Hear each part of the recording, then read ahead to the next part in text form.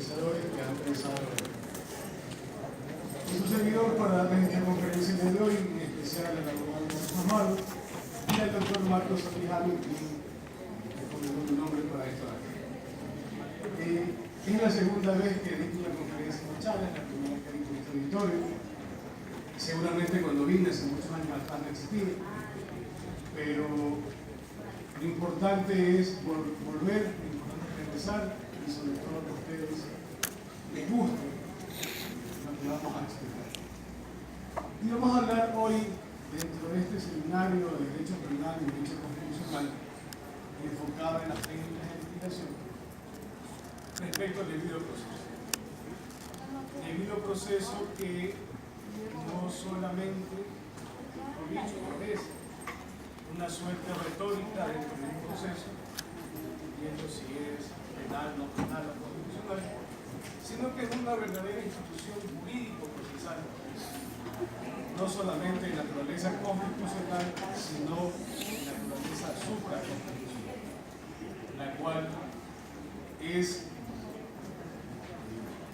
de necesaria revisión o de necesaria observación en todos los procesos en los cuales se vayan a decidir derechos de alguna parte en concreto. Bueno, eso es algo un poco de mi hoja de vida, la cual creo que mayormente no es importante, sino lo importante es lo que venimos a comentar. Y el debido proceso en el sistema ecuatoriano, en el sistema jurídico ecuatoriano, se basa principalmente en lo que dice el artículo 76 de la Constitución. El artículo 76 de la Constitución de la República del Ecuador es la piedra angular para el respeto al debido proceso.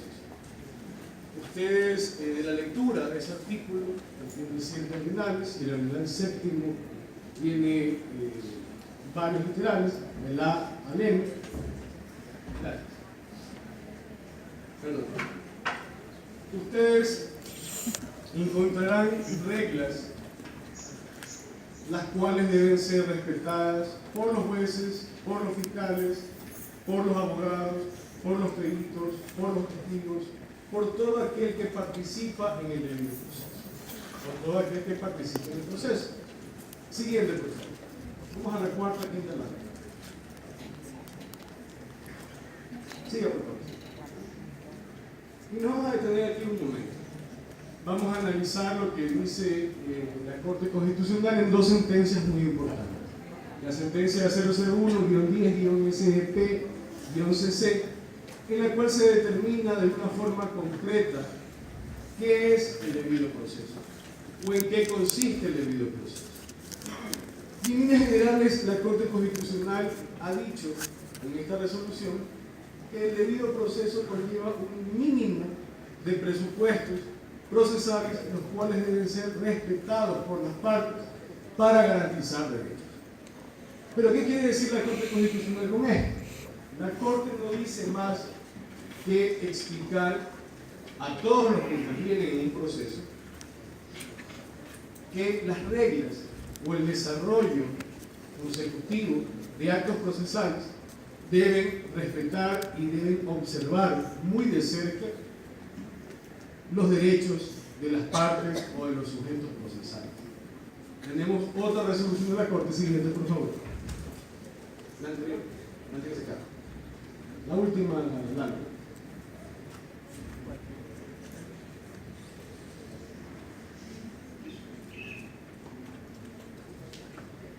La sentencia número 00, la siguiente, por favor.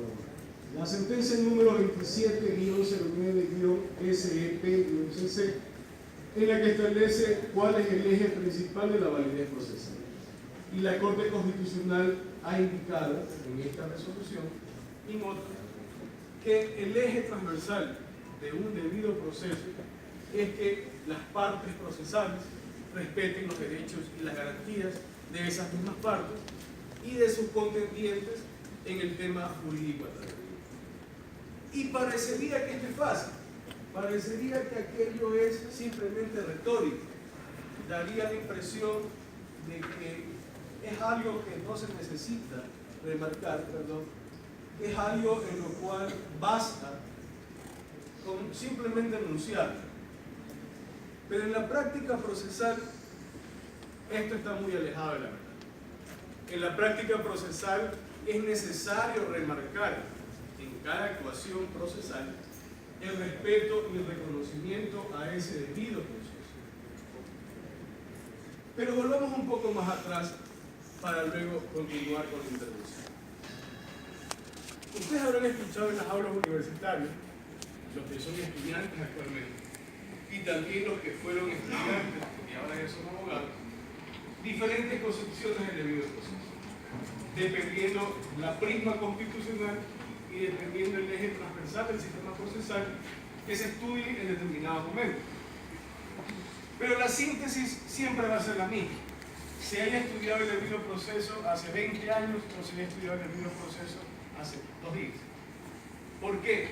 Porque, como lo ha dicho el profesor Zavala Vaquerizo, que lastimosamente ya no nos acompaña, el debido proceso no es más que aquella garantía con la cual usted, como sujeto procesal, si es en materia penal, o como parte procesal, si es una materia no penal, va usted a tener la garantía y la certeza de que todos los actos procesales que se den en ese debido proceso van a respetar los derechos de las mismas partes, en principal o principalmente sus derechos.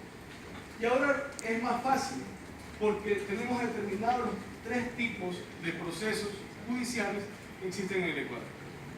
De tal suerte que son penales, los que se recogen en el COI, no penales, los que se recogen en el COGEP, y constitucionales, los que se recogen en la ley orgánica de garantías jurisdiccionales y control constitucional.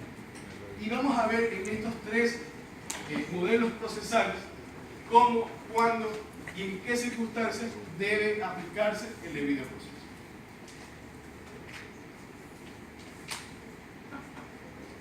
Y así veremos que en materia penal,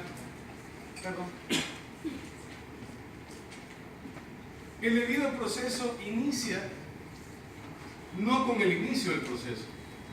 El debido proceso comienza o debe ser respetado desde la aprehensión de la persona, debe ser respetado desde la presentación de la denuncia, debe ser respetado hasta el último acto procesal que se practique en dicho proceso.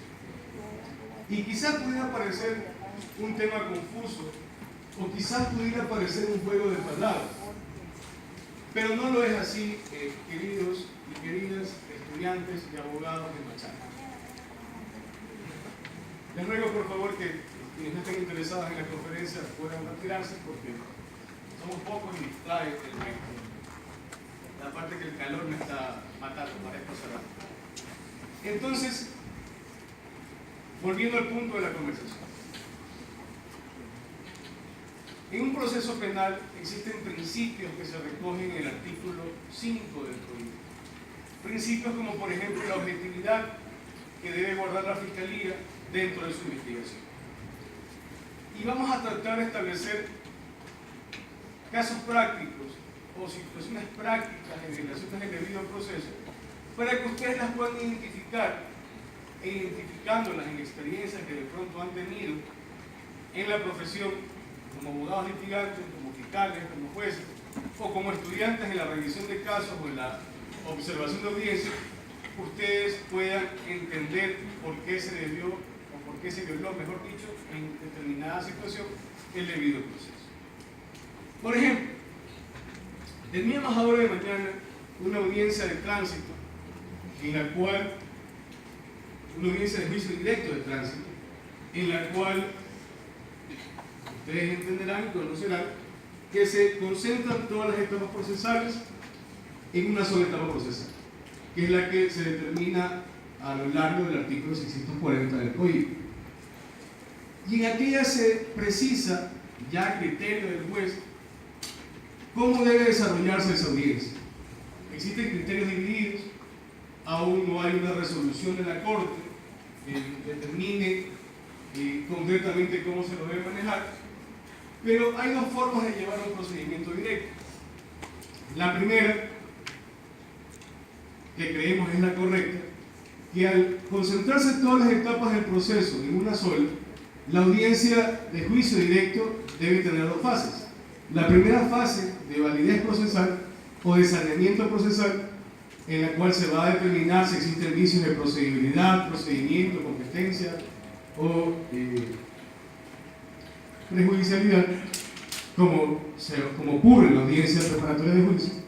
Y la segunda fase es propiamente una audiencia de juicio, en la cual van a haber alegatos de apertura, reproducción y práctica de pruebas y alegatos de clausura.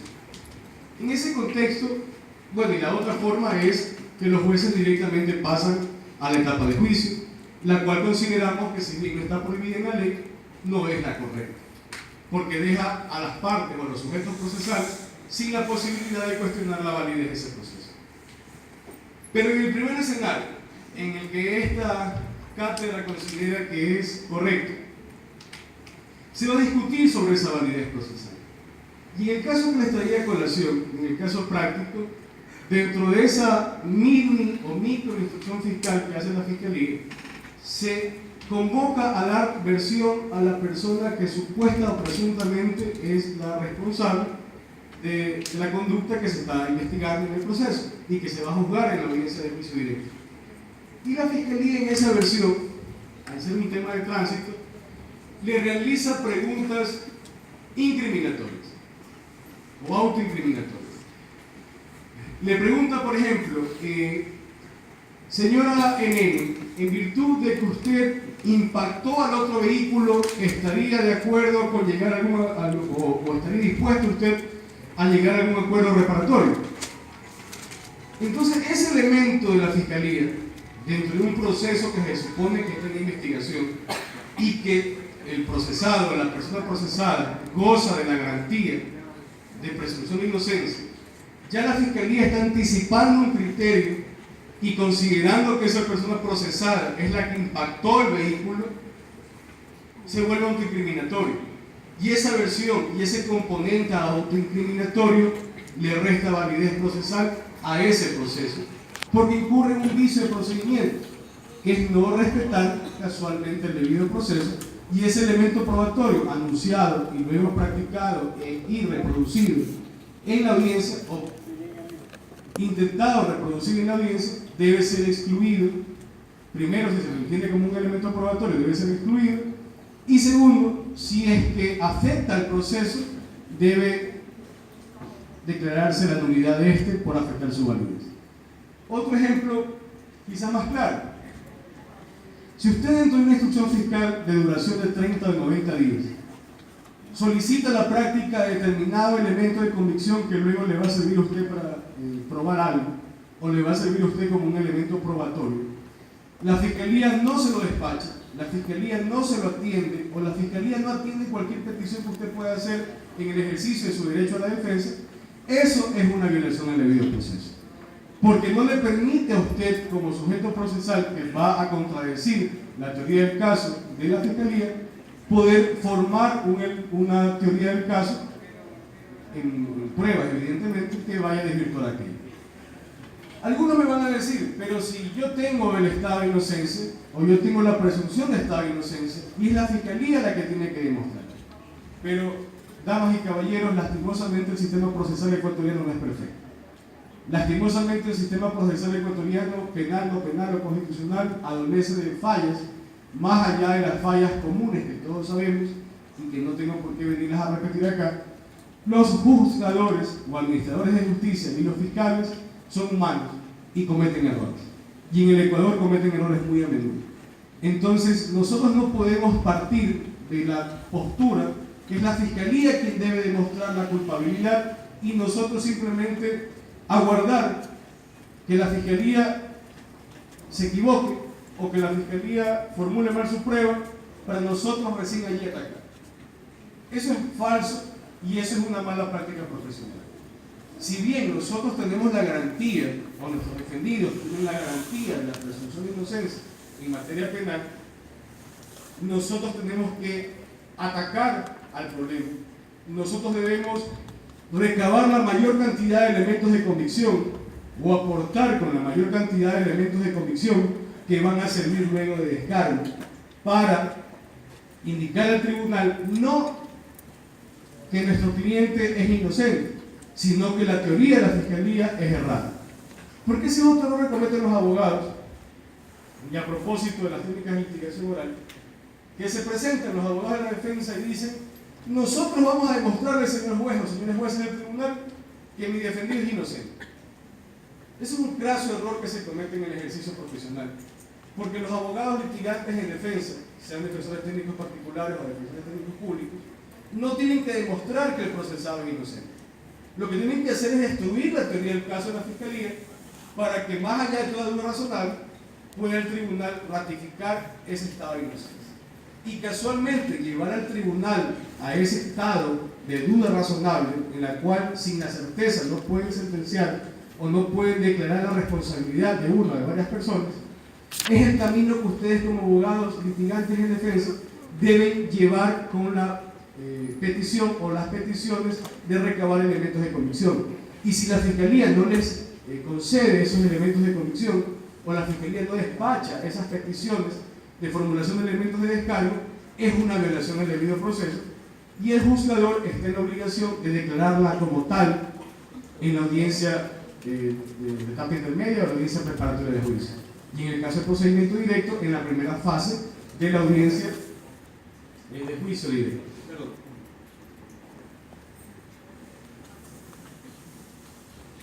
Pero este tema de la validez procesal, que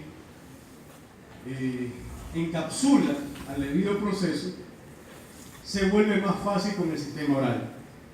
¿Por qué? Porque ustedes quizás nunca lo estudiaron y nunca fueron a una audiencia como estudiantes, o quizás los abogados presentes sí pudieron hacerlo.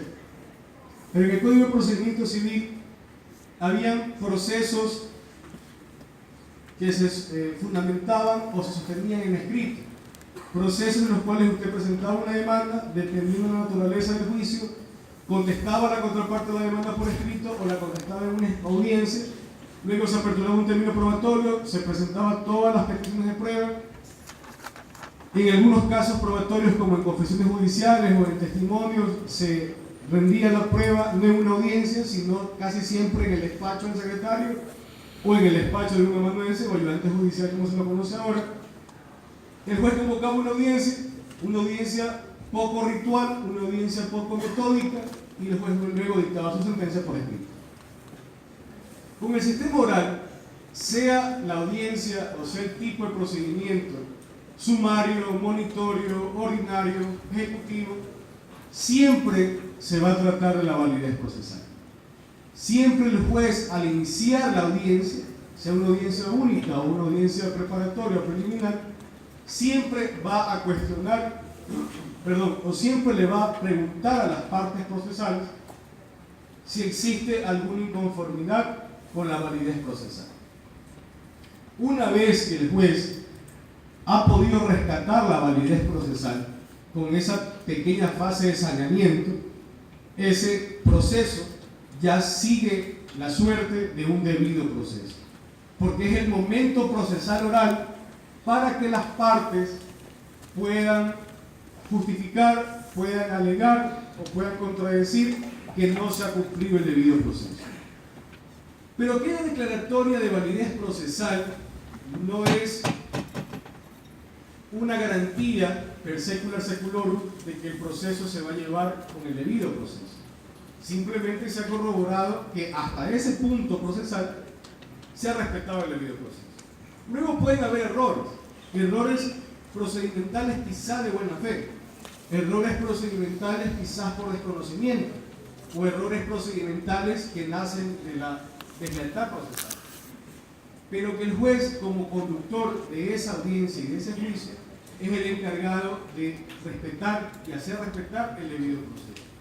Por ejemplo, si el trámite de la audiencia sumaria o la audiencia del procedimiento sumario establece que luego del saneamiento y la validez procesal y la fijación del punto de debate se debe llegar o se debe llevar a una fase conciliatoria y el juez la omite, esa es una violación del debido proceso.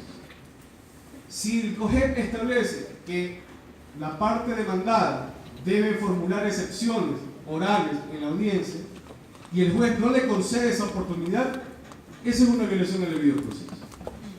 Si la ley dice que el proceso es que cuando yo formulo una excepción previa y el juez me la niega, debe permitirme apelar en efecto diferido y el juez no me permite apelar, esa es una violación al debido proceso. Entonces, las violaciones al debido proceso pueden darse simultáneamente en un mismo proceso, pueden darse de forma aislada, puede toda una audiencia violar el debido proceso. Pero si ustedes no saben cuál es el procedimiento adecuado que se debe seguir para determinado trámite, ustedes no podrán advertir si se viola o no se viola el debido proceso. En materia constitucional, la Ley Orgánica de Garantías Jurisdiccionales y Control Constitucional establece claramente, si mal no recuerdo, el artículo 16, que la prueba se invierte o que la carga probatoria va a ser invertida. Es decir, el legitimado activo no debe probar sus hechos, sino el legitimado pasivo, cuando éste es una institución del Estado. Entonces, ¿qué ocurre? Viene don Pedro Pérez y presenta una acción de protección contra un acto administrativo emitido por el MAGAP. Vamos a la audiencia y el juez le dice a Pedro Pérez: tiene que usted demostrarme los hechos. Yo le digo: señor juez, pero si yo no tengo que demostrar los hechos, tiene que demostrarlos el MAGAP. Bueno, entonces declaro sin lugar su demanda en el archivo. Eso es una violación del debido proceso, porque el proceso claramente establece que Pedro Pérez, al haber iniciado una acción de protección como legitimado activo contra el MAGAP y al ser legitimado pasivo del Estado ecuatoriano, no necesita demostrar los hechos. No puede el juez violentar aquello y archivar su demanda o declararla sin lugar porque no le produjo prueba. U otro caso, cuando la Procuraduría General del Estado no asiste a una audiencia jurisdiccional o a una audiencia de garantía jurisdiccional, puede continuarse con la audiencia sin necesidad de la presencia de él. Sin embargo, hay jueces que suspenden la audiencia hasta que vaya la Procuraduría. Aquello es una violación al debido proceso. Si la Procuraduría General del Estado, con su delegado, no está presente en esa audiencia, la audiencia perfectamente puede continuar. El irse en contra de aquello es violar el debido proceso. En un tema de curaduría, un tema de familia, mejor dicho, no es un tema de curaduría, es un tema de solicitud de garante para el revocatorio de un apremio personal antes de la vigencia de la sentencia de la Corte Constitucional de mayo, en la que se convoca una audiencia previa para emitir el apremio o para emitir la prohibición de salida del país. Si yo tenía, hasta antes de mayo de 2017, una medida de prohibición de salida del país, yo podía levantarla con la presentación o con la insinuación de un garante o una garantía real que justifique que mientras yo me encuentre fuera del país se va a satisfacer la necesidad alimenticia del menor o de los menores. Se convocaba a la audiencia y si no iba la parte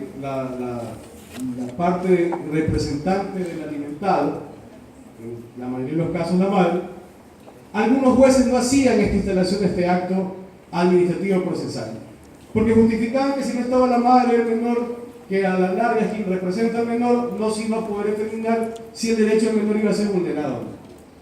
Lo cual es un absurdo, porque dice el COGEP que si no va el demandado, la audiencia va a continuar.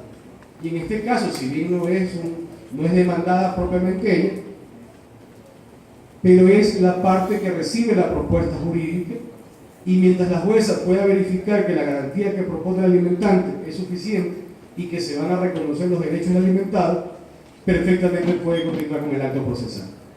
Eso de allí también es una violación al debido proceso.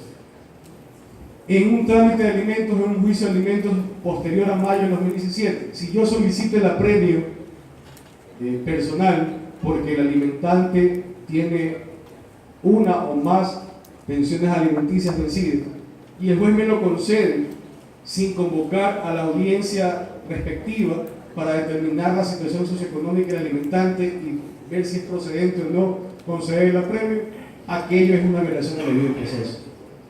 Si yo solicito la prohibición de salida del país del alimentante y el juez, después de mayo de 2017, la concede sin convocar a una audiencia previa, aquello también es una violación al debido proceso. Es decir, las violaciones al debido proceso ustedes las van a encontrar a diario en un proceso, en una instancia procesal. Ustedes pueden estar dentro de una violación al debido proceso y ni siquiera darse cuenta, porque no conocen cuál es la mecánica procesal o no conocen qué dice la ley respecto a un proceso en particular. Otro ejemplo adicional, el artículo 534 del COIP establece cuáles son los requisitos sine qua non para conceder la prisión preventiva, que son 4. Que el delito sea de ejercicio de acción pública, que existan graves presunciones de la participación como autor o cómplice de la persona procesada, que no se justifique que una medida alternativa a la prisión preventiva no sea suficiente para justificar la comparecencia del procesado al proceso y que la eventual pena sea superior a un año.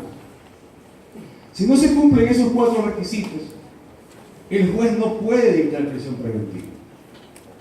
Y sucede que en un proceso penal por presunta estafa no se cumplió el tercer requisito. La persona que iba a ser procesada justifica su arraigo laboral, domiciliario, familiar suficiente para garantizar su comparecencia posterior al proceso.